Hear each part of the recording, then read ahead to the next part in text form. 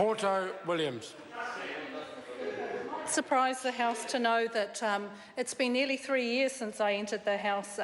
Very proud to represent the electorate of Christchurch East.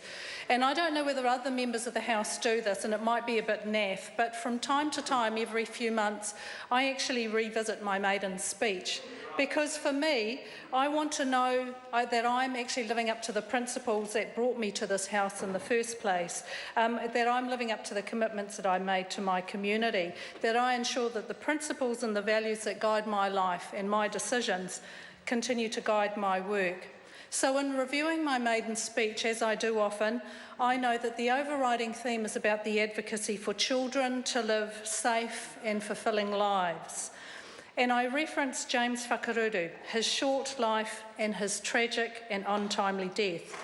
And I'm here, Mr. Speaker, to protect our children, to make our country better, to be safe for our kids, to live in dry, decent, affordable homes, to have a good education, and that all the opportunities can be afforded to them like any other children in this country. I've looked at the factors that have influenced and impacted on the life and the death of James Whakaruru, and I've examined the government's response to his life and his death. And I want to hold the government to account for ensuring that we have safe and healthy lives for all of our children. So let's look at the elements. Family violence, something that I know a lot about, having worked in the field for several years. Over 110,000 incidents reported each year, which is actually only about 20% of what actually occurs. So 500,000 to 600,000 incidents of family violence each year.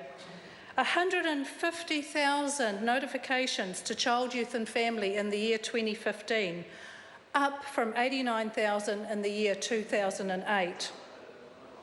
Children in West Auckland, where I worked in the family violence sector, we did a study, Mr. Speaker, where we looked at all of the police call-outs for a domestic incident where children were resident and present. In the area of West Auckland where I worked, there were 1,900 such incidents, and we identified 3,500 children who were resident or present in a home where family violence was a factor. Of that, about 350 children were notified to Child, Youth and Family, and of that, only 55 children actually got any support for their trauma. So of the 3,500 we identified, only 55 children actually got the support they needed. Let's look at the factor of poverty. The Salvation Army identifies that 1 in 5 kids in this country live in measurable poverty, 230,000 to 280,000. Now, this government actually is a little cagey on the numbers, but I heard from the Minister Anne Tolley's own voice on Friday that she admits that there are at least 100,000 kids that she can identify who are living in poverty. That's from the government's own statistics. Let's look at the area of housing.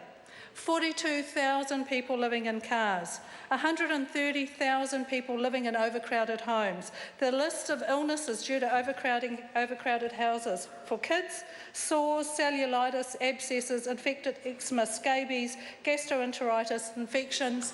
This is in a country that claims to be first world. Poor housing conditions in infancy and childhood have a cumulative detrimental effect on physical and mental illness. Let's look at mental health. And I tautoko my colleagues at Waipuna in Christchurch who have done a lot of work in youth mental health, Mr. Speaker. An increase in numbers of young people experiencing severe and persistent mental illness, not just in numbers but in acuity. So let's look at these statistics in relation to James's life and his mother. Here's my scorecard for the government in family violence, where we have increased rates of family violence and reports of concern to Child, Youth and Family. This government's rating a huge fail. Let's have a look at poverty. 230,000 kids living in poverty. This government's scorecard a huge fail.